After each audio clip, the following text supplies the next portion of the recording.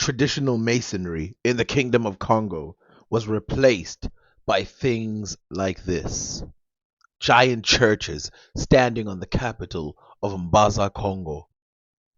And the reason for this is because the trading parties. Why is it that the Europeans were so keen on changing the people of Congo and converting them into these deep Christians? Well, one, they had trade goods and they couldn't really argue with the demands of the Congolese, who demanded churches and schools be built in their kingdoms. Though this was a religious affair, it was not charity. Instead, it was paid and bought for by the locals. This is the type of power that the Kingdom of Congo held, as opposed to what some people believe, where they were sat outside and had no power and were trading for things as small as mirrors and spoons. But this was not a one way conversion. In fact, there was a fulfillment of a prophecy about King John, Prester John, who was an African, and they wanted to fulfill this, and they thought that the perfect kingdom as a replacement for this Prester John myth was Congo. Congo eventually became one of the greatest partners of Portugal. These Portuguese partners made sure that they would not try their luck too hard, and so they abided by most of the local customs and most of the local laws, only converting parts of Congo and allowing other places to remain with their religions. Until, of course, civil war happened that forced some of these other places to want to form alliances with the Portuguese in order so they could gain the firepower and all the other benefits that came with the Portuguese trade routes. Some of these trade routes would fall immediately, given that some people were very suspicious of these foreigners. Others would last forever. But before this time, they still had other allies. They had other people who they traded with. But who were these people? Where did they get these long term products that they had been trading for a long time before the Portuguese had gotten there? Why is it that when the Portuguese got there, they saw buildings and wrote about how fascinating their trade with their neighbors were? Who are these neighbors? Who are these people? Well, to the north, we have the Asante, connected with the kingdoms of Mali and all the other West African Muslim empires and the pagan empires. In the central parts of Africa, though they didn't explore too deeply, you would get as far as Chad, connecting with Egypt. They also communicated with Mwena Mutapa, located in Zimbabwe and expanding throughout the southern African areas. In Mozambique, there was also kingdoms in the Swahili coast. These kingdoms all brought hundreds of ideas into this one location, and this location also spread their ideas out. When the Portuguese came, this did not shrink, instead it expanded. For example, these people would eventually land up in places like India, Japan, Thailand, the Philippines, Brazil, and the Americas in general. And of course, they had emissaries that went to Europe. In fact, in some places of Europe, they found new homes. We cannot completely rule out the idea that the Moors or the North Africans didn't cross these regions, because we find writing about the very thing happening as far as Mozambique. But something that makes it doubtful is that the Moors would have had a passage from North Africa to Egypt, down to Ethiopia, down to Mozambique, or traveling through Arabia and the Swahili coast. This would be their sighting. We find no sightings of Moors, Arabs, even West Africans in the Kingdom of Congo. It seems like they were isolated, and given the fact that when they got there, the Kingdom of Congo was already formed, but was formed due to multiple civil wars, it might have been a very hostile place to be in. Now, given that there were wars going on all over the African continent at the time, maybe this isn't a good enough excuse. What we do find, though, is we find Ibn Battuta talking about all the other African states, and at no point does he mention the kingdoms of Congo or any of those. He mentions Chad, he mentions Ethiopia, he mentions Egypt, and he mentions North Africa itself and the black inhabitants of those regions. And this is what he had to say about them. After traveling for 10 days from Ialatan, we reached the village of Zagari, which is a big village inhabited by black merchants called Manjarata. Along with them live a number of white people who belong to the Ibadi sect of the Karaji and are called Saganadgu. The Sunni Maliks among the whites are called tourists among them. From the village, Anli is imported to Iwalatan. We left Zagari and reached the great river, the Nile, on which is the town of Karsaku. The Nile descends from there to Kabara and then to Zaga. In Kabara and Zaga are two sultans who obey the king of Mali. The people of Zaga adopted Islam long ago. They are devout and eager for religious knowledge. From Zaga, the Nile descends to Timbuktu and then to Cacao, of both of which we shall speak later. Then it flows to the town of Mali in the country of the Limes, which is the last district of Mali. Then to Yufi, which is one of the biggest towns of the blacks and whose sultan is one of their most powerful sultans. No white man goes there because they kill him before he reaches it. Then it flows down to the country of the Nubians, who are Christians. Then to Dongola, the biggest of their towns. Its sultan is called Ibn Khans al-Din. He became a Muslim in the time of al-Malik al-Nasser. Then it flows down to the cataracts, which is the frontier district of the blacks and the first district of Aswan in the Said of Egypt. At this place on the Nile, I saw a crocodile near the bank, looking like a little boat. One day I went down to the Nile to satisfy a need, and one of the blacks came and stood in the space between me and the river. I was amazed at his appalling manners and lack of decency. I mentioned it to someone who said he did that only to protect you from the crocodile, putting himself between you and it.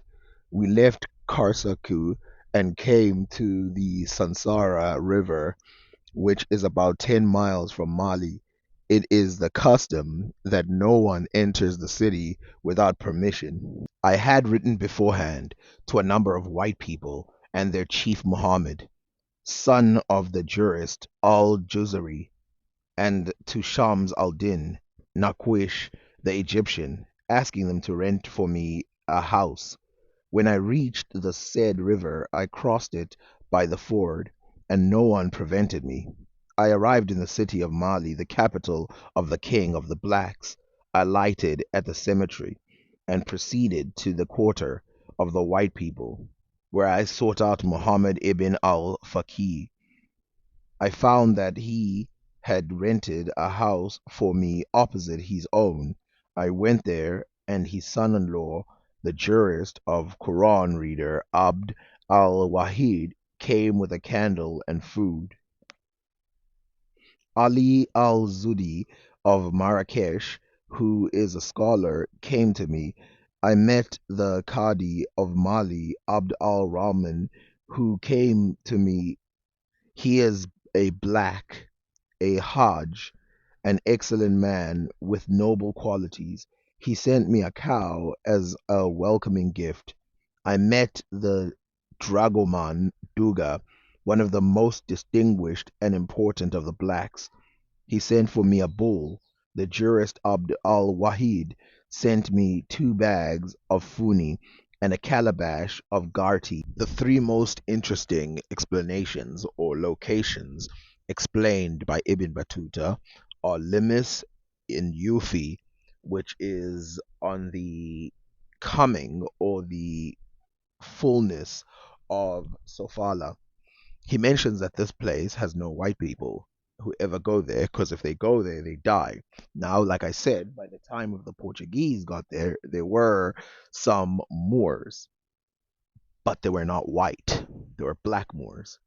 And you can see here that there's a bit of a hostility between the whites and the blacks going down into this area, which probably is why some of these black Moors would have been the ones who got there. But let's look at the Yufi. So this Yufi location is thought in the notes is thought to be south of Chad. Why? Because of the description. It says that white people didn't enter this location. We know that white people entered Chad. When he says white, by the way, he doesn't mean Europeans. He means people who have white skin, Arabs, or white Berbers, as he mentions in the other place as well.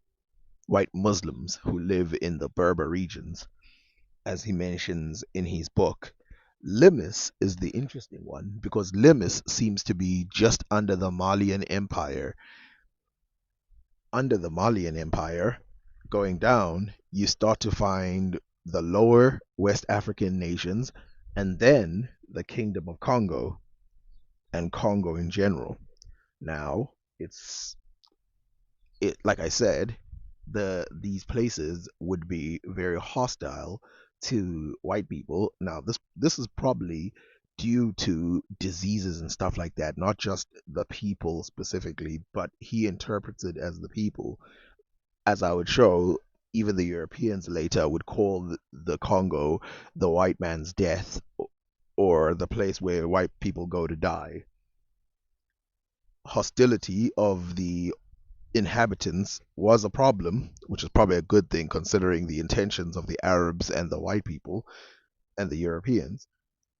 And and so we can conclude that the place that they are talking about is probably northern Congo all the way to East Africa to the Zanj places. Now, again, even during this guy's time, the Zanj areas had some what you would call white people, some Arabs on the coasts. So he's definitely not talking about far into the Zanj locations. He's talking about the inner lands, the places just before you get to the Swahili locations.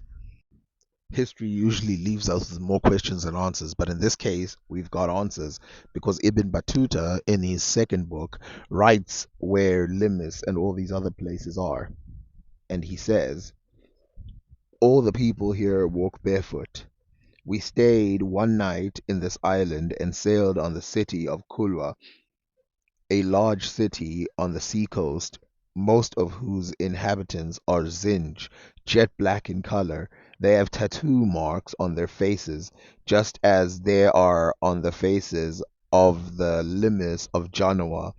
I was told by a merchant that the city of Sofala lies at a distance of half a month's journey from the city of Kulwa, and that between Sofala and Yufi in the country of the Limis is a month's journey from Yufi gold dust is brought to Sofala. The city of Kulwa is one of the finest and most substantially built towns. Okay, so before we read the last paragraph, I have to first explain something. So Genoa is Ghana. So he's talking about Limis that is just under and also counts Ghana. This again might be the lowest part of the West Africans, meaning that they don't actually go into the Kingdom of Congo. Again, making sense because the Kingdom of Congo has no Arabs when the Portuguese get there. In fact, Congo, even though the Kingdom of Congo was Christian for a long time, Congo, the mainland, remained completely unchristian, meaning that all the stuff that was happening on the coasts of Congo did not touch what happened inside. This is probably why he mentions this. And of course, Kilwa is in the Swahili coast that he mentions there. Sofala is also in East Africa.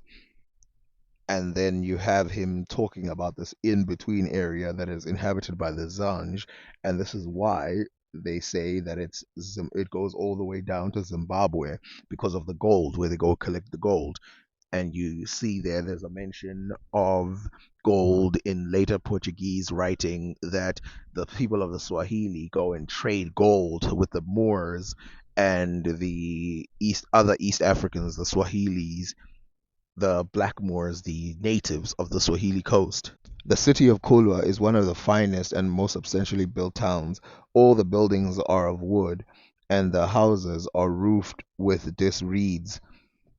The rains there are frequent. Its people engage in jihad because they are on a common mainland with the heathen Zinj people and contiguous to them, and they are for the most part religious and upright and Shafi'ites in right.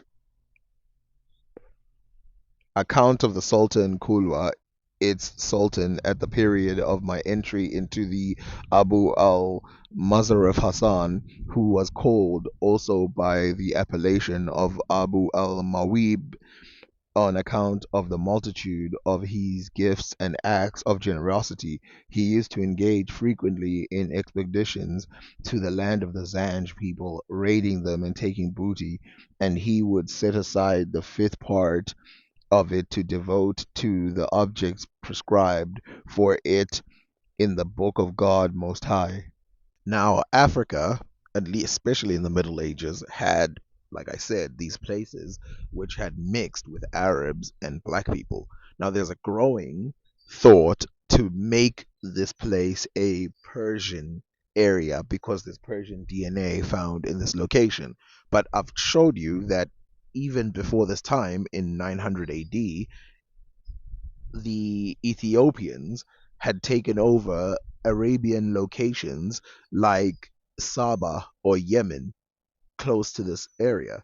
And so there was always a back and forth between the Arabs and the East Africans, the Abyssinians, of for taking over each other and joining together as a group. They did not see themselves necessarily as two different races, even though someone like Ibn Battuta would describe them as black or white or whatever. But over there, you can see he's not separating them as people, he's separating them in color now. And of course, he's taking the side of the Muslims, even in the case of the Kilwa people who raid the Zinj people, which he calls heathens. In the original, it's called Kufers, which, of course, this word would stick later on in the southern regions because that's where it's thought that he was talking about Zimbabwe, those areas, and not the Swahili coast, which the people there would not be heathens because their religion was Islam. So he goes and talks about Mogadishu and Mombasa, which Mogadishu, Somalia, right? One of the most important trading and locations in Somalia. Why does he decide to go through this region? Well, he explains it himself. I then sailed from the city of Mogadishu, making for the country of Swahili coastlands with the object of visiting the city of Kulwa in the land of the Zinj people. We came to the island of Mombasa, a large island 2 days' journey by the sea of the Swahili country. It has no mainland territory, and its trees are the banana, the lemon, and the citron. its people have a fruit which they call jamun, resembling an olive, and with a stone like its stone. The inhabitants of the island sow no grain, and it has to be transported to them from the Swahili. Their food consists mostly of bananas and fish. They are Shaphites in rite, pious, honorable, and upright, and their mosques are of wood, admirably constructed at each of the gates of the mosques. There are one or two wells. Their wells have a depth of 1 or 2 cubits, and they draw up water from them in the wooden vessels into which has been fixed a thin stick of the length of 1 cubit. The ground round the well and the mosque is paved. Anyone who intends to go into the mosque washes his feet before entering. At its gate, there is a piece of thick matting on which he rubs his feet.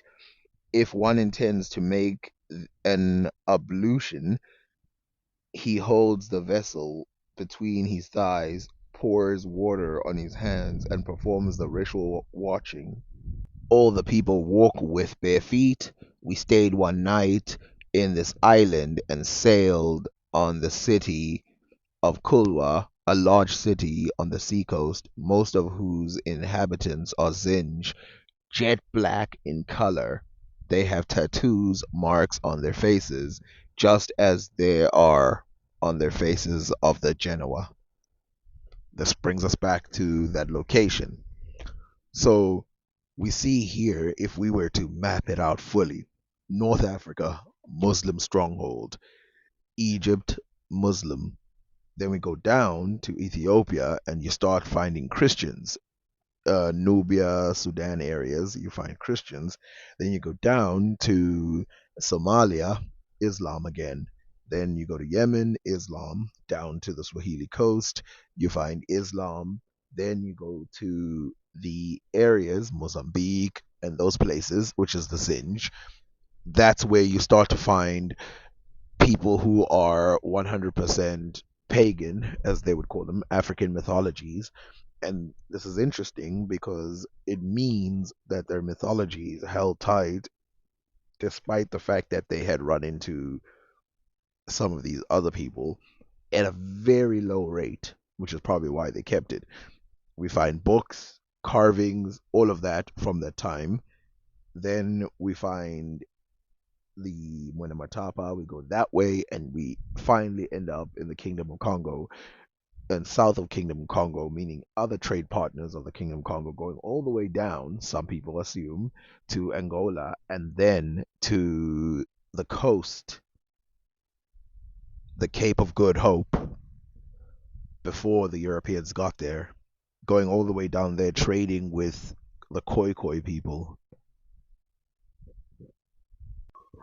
The Khoi people of the south coast and the east coast were thought to be violently moved into these areas, but there is no real evidence of that.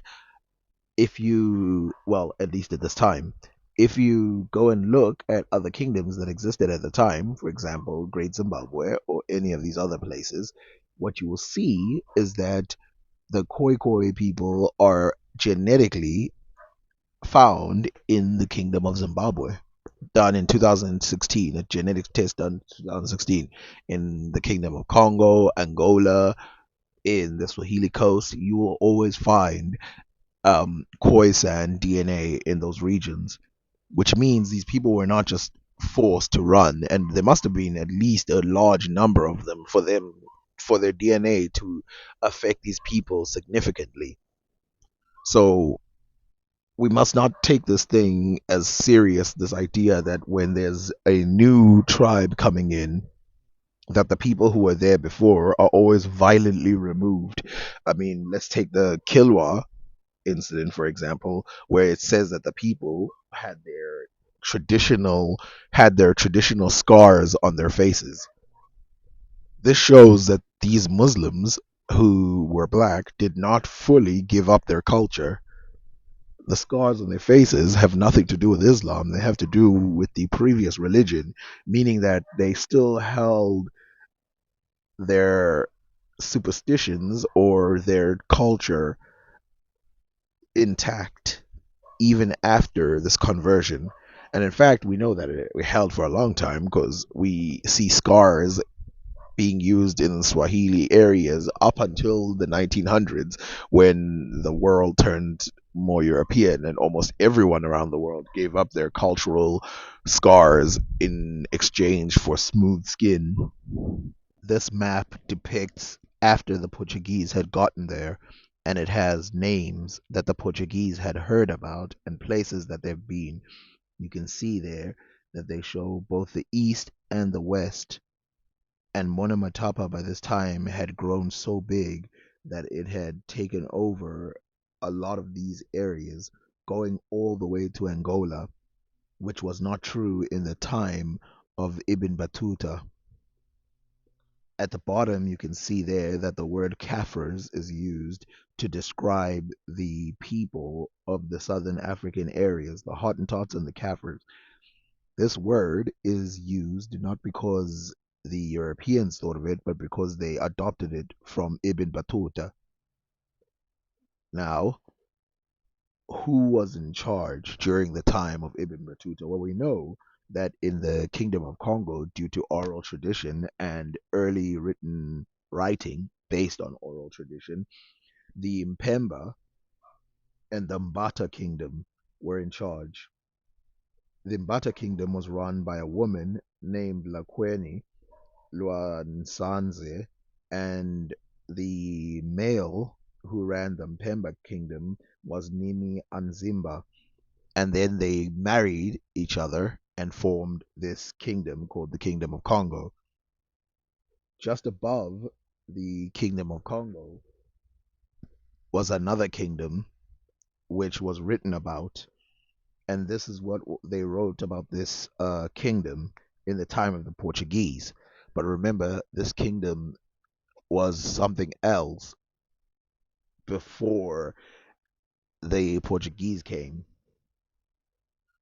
They said these people are so cruel that they did not trade with the Kingdom of Congo except for slaves of their own tribe and that of the Nubians, so which they border a boundary of their country. So these guys are somewhere in Central Africa. In fact, they're described as being in Zaire. The other kings that were around at the time was Amda Seyon in the Abyssinian areas, and this Amda is said by Ibn Khaldun to have taken over large parts of lands. His kingdoms didn't really last that long, but he was representing the Muslims of that time. Then Omar ibn Idris was in charge, well, was the last person in charge of the Bornu Kadam state. The Bornu Kadam state was in Chad and in Nigeria. But the first person in the time of Ibn Khaldun, who was in charge at the time, was Ibrahim the First, Abdullah the Second, Selma, Kuragana Es-Sager, Kura Al-Kabir, Muhammad the First, Idris the First, Dawood Nigalium, Uthman the First, Uthman the Second, Abu Bakr Liatu, and Umar ibn Idris. This Umar ibn Idris fought against the Berbers and the Arabs. These other ones, obviously, they fought against them too, but they weren't as successful. This guy was pushing them out of the Nigerian Chadic areas. Now, if you see, we know the names of these people. You always hear this thing where we don't know who was in charge of what specific area at one time, but we actually know the names of the people, and this is the 1300s. This is a long time ago. If the Arabs had so much control over Africa, what happened? What changed between the 1300s and the 1500s, where the Europeans are landing in Congo and they have so much built there? Well, in 200 years, you can't really get that much of a change in a kingdom. You don't go from barbaric to incredible.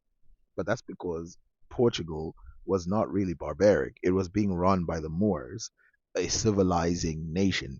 and they took the sciences and everything that was being used by the Moors, and they kicked out the Moors after, benefiting from all the Islamic golden age tradition of science. Not only that, they also took over Morocco.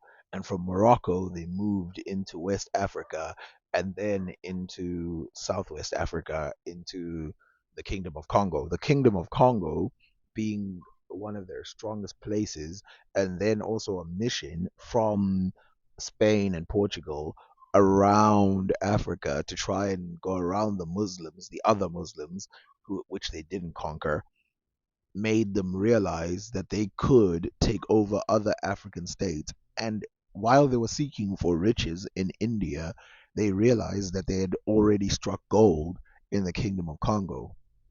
Not to mention that on the mission back from Africa, they discovered, well, after a lot of other people, possibly even after the Spanish, they discovered that they could go to America. Suddenly, the tide changed. Everything was a little different. The Kingdom of Congo was not just overcome. In fact, the first king of Congo converted to Christianity, seeing the good things that came with it. But when they said that he couldn't be a polygamist because Christianity didn't allow it, he decided that it wasn't for him. Now, I don't want you to get this confused. His wife, Nzinga, which is not the same Nzinga that you will see later on, the one that everybody is speaking about and have documentaries about, this Nzinga was the queen regent, meaning that she ran the kingdom with her husband. This queen regent converted as well and took on a Portuguese name, but just like her husband, they reneged on it when they realized the bad stuff that comes with it. But they were both baptized and everything as Catholics, and this is written down by the Portuguese. It would be only later, when people like Pedro and all these other people came in, that they would continue to convert to Christianity. But remember, other people were not so impressed by this Christianity in the Kingdom of Congo. If we go to the second Nzinga, the Nzinga that's very popular, she, for a moment, also accepted Christianity because she wanted to form an alliance with the Portuguese. But when this alliance fell out, she did the same thing. She converted back and took on the African traditions. This is the fuller story of the Kingdom of Congo, but of course, there's still tens of kings that ran this place, and how they kicked out the Portuguese and brought in other people and lasted until the 1800s. How did this small kingdom last so long while the Native Americans were being chewed all over? Now, I want to go back to this image of the castles and the churches on this mountain at Mbaza, Congo, the capital of Congo. Does that look like something? Does that look like something that's easy to destroy? Does that look like something that's easy to overcome? Not likely. In fact, I've read there that the armies of the Portuguese were overcome by these smart warriors fighting at night, which wasn't that good for the Portuguese, and fighting when it's raining, which is not that good if you're carrying gunpowder.